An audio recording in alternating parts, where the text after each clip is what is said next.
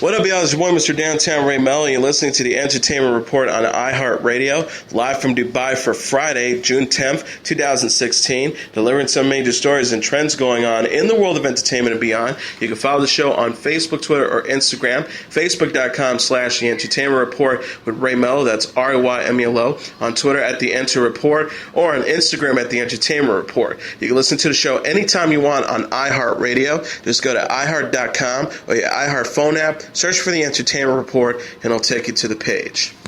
Dwayne Johnson has taken to social media to reveal the first poster for Disney's upcoming animated film Moana. Posted onto Instagram Wednesday, the image features the tagline, "The Ocean is Calling," alongside main character Princess Moana, voiced by newcomer Aluli Carvalho, sailing on a boat with her partner Maui, who is voiced by Johnson.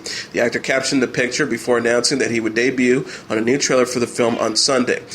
He says, "Here's the first look at the incredible at Disney animation movie we've been working very hard to bring to life for the world to enjoy." He also continued by saying, "It's a visual and singing journey unlike anything you have ever seen before. And get ready, this Sunday I'll bring you the exclusive first look teaser trailer for #Mona. Our journey has only just begun." Mona is due in theaters November 23rd. As The Conjuring 2 prepares to bound theaters later this month, actors Patrick Wilson and Vera Farmiga continue to talk up the sequel. Wilson, speaking with Times Live, defended the horror genre, saying he wasn't scared and that the level of acting involved can be much harder than a straight drama. He says some of the dialogue where you have to speak Latin while trying to bring out a ghost, you can go halfway with that sort of stuff. During an appearance on Good Morning America, Wilson discussed the importance of relationships in horror films. He said about the film's story, "There's a lot of human elements going on, and I think that's what people gravitate towards." In an interview with the National Post, co-star Vera Farmiga, The Conjuring's 2 leading lady, spoke about the future of her career and whether she's had any first-hand experience with demons. Discussing how the film's entering a franchise phase would affect her, she said it would present, quote, "an opportunity to explore a deeper characterization and potentially earn a slightly bigger paycheck, which is very rewarding." The first Conjuring film, released in 2013, follows the story of the infamous Amityville haunting, which involved a powerful demon. When asked about her own personal experiences with the supernatural, Farmiga said, "I have never been in a situation where the poltergeist was about to destroy me. Yet." The film is based on the true lives of paranormal investigators Lorraine Warren and her husband Ed as they investigate a poltergeist haunting in England. The story is reportedly glued together by the emotional relationship between the two protagonists. Farmiga said, "We've got to experience their chemistry through Lorraine and the way she speaks about Ed, and it's really beautiful." The real Lorraine Warren is 89 years old, and her husband Ed died in 2006. Sony Pictures' Muhammad Ali, starring Will Smith, is returning to theaters for a limited run. Originally released in 2001, the film entitled Ali, directed by Michael Mann, will be screened over the weekend, re-emerging at a few hundred theaters nationwide. Smith, who portrayed the legendary boxer in the film, earned an Oscar nomination for his work, alongside with a Best Supporting Actor nomination for Jon Voight, who portrays the sports journalist Howard Cosell. Ali also stars Jamie Foxx, Mary Van Peebles, Ron Silver, Jeffrey Wright, McTalia Williamson, and Smith's wife Jada Pinkett Smith. President of Worldwide Distribution of Sony Pictures, Roy Brewer, said in a statement, "With the passing of Muhammad Ali, we have received many requests for this film to return in theaters in celebration of his life. The film truly honors everything that made Ali one of the central figures of our time, a man who commanded his sport, but whose personal faith and principles made him mean so much more. Muhammad Ali truly was the greatest, and this is a tribute, a great way to honor him." Ali died last Friday at the age of 74 after his 32-year battle with Parkinson's disease. Smith will serve as a pallbearer during the memorial service alongside with former heavyweight champion Lennox Lewis. Last Saturday, the actor paid tribute to Ali on Facebook, writing, "You shook up the world, my mentor and my friend. You changed my life," alongside photos of the two together. HBO has revealed that Game of Thrones will end Season 6 with a pair of extended episodes. Announced Wednesday on HBO.com, Episode 9, which airs June 19th, has now been officially titled The Battle of the Bastards, will run for 60 minutes, a longer runtime compared to the previous episodes. The time alludes to the often hinted at battle between Jon Snow, played by Kit Harington, and Ramsay Bolton, played by Ian Rehan, for control of Winterfell. Episode 10, which represents Season 6 finale, now titled The Winds of Winter, a nod to author George R.R. Martin's upcoming 6th novel in his A Song of Ice and Fire series, will debut June 26. The runtime, listed at 69 minutes, will make the finale the longest episode in Game of Thrones history. Back in April, showrunners David Benioff and D.B. Weiss discussed the possibility of Game of Thrones concluding with shorter seasons. been enough said of the potential plans following season 6.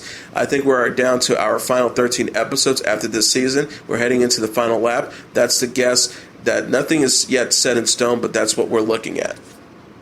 Norman Reedus is revving up for the debut of AMC's latest series, Ride with Norman Reedus, a reality travel show shot from the seat of a motorcycle. Speaking to Up Rocks, the Walking Dead actor spent his winter hiatus from the zombie series to ride alongside other cycling celebrities was a dream job. Reedus said of AMC president of original programming, Joel Stillerman, who pitched the idea to him, "I said yes right away before he changed his mind. It's a dream job and something I've never done before, and it's something I was completely interested in exploring." The actor who portrays crossbow-wielding zombie fighter Daryl Dixon in Walking Dead will play himself in the new docu-series. Every episode will follow Reedus on a new road trip with a knowledgeable or famous companion. Destinations to be featured in the show includes the West Coast, New Orleans, and Death Valley, among others. Reedus explained to the New York Times, "What Anthony Bourdain does with food, we do with motorcycles. It has that sort of energy to it. I'm learning as I go along, and I'm making mistakes, and it's fun." Reedus says he has been a motorcycle enthusiast since junior high school and rode friends' cycles before getting his own. He also hinted that fellow Walking Dead co-star Stephen Yang might make an appearance. He said, "Stephen rides, Jeffrey Dean Morgan rides. We actually all ride together in Georgia whenever we can. It's such a pretty riding down there. You can ride for hours and just cows going by." The 6-episode docuseries Ride with Norman Reedus will debut Sunday on June 12th at 10 p.m. on AMC. Adriana Lima hopes to someday star in a Quentin Tarantino movie. The 34-year-old model revealed as much in an interview with Page Six at the 2016 Fragrance Foundation Awards. Lima co-chaired the event with actress Natasha Gregson Wagner.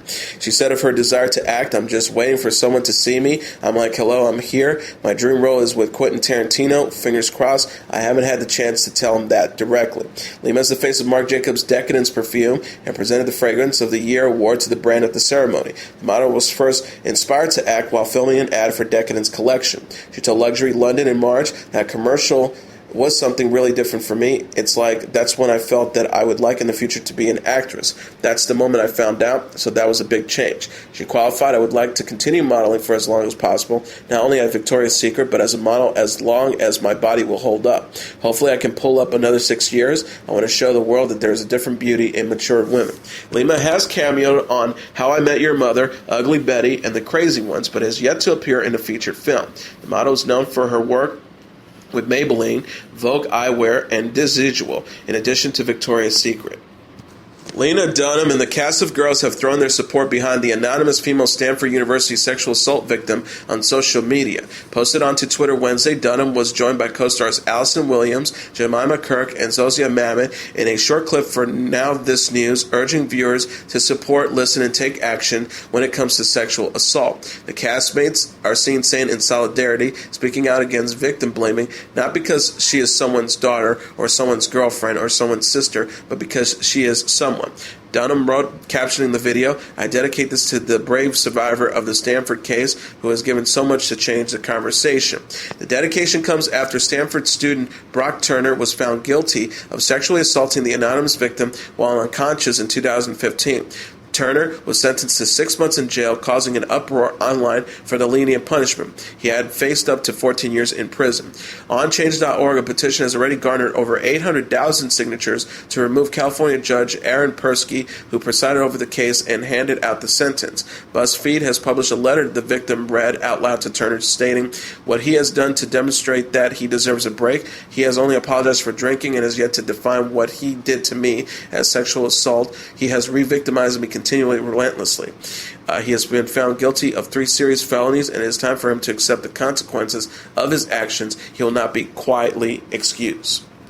Winona Ryder is a mother searching for her missing son in the first trailer of Netflix's upcoming supernatural thriller Stranger Things. The clip released Thursday showcased the series' 1980s setting that takes place in the quiet town in Indiana that is rocked by the sudden disappearance of a young boy. As Ryder starts to uncover clues about her missing child, mystery surrounding a secret government experiment begins to unravel. The official plot synopsis reads, "A love letter to the supernatural classics of the 80s, Stranger Things is the story of a young boy who vanishes into thin air.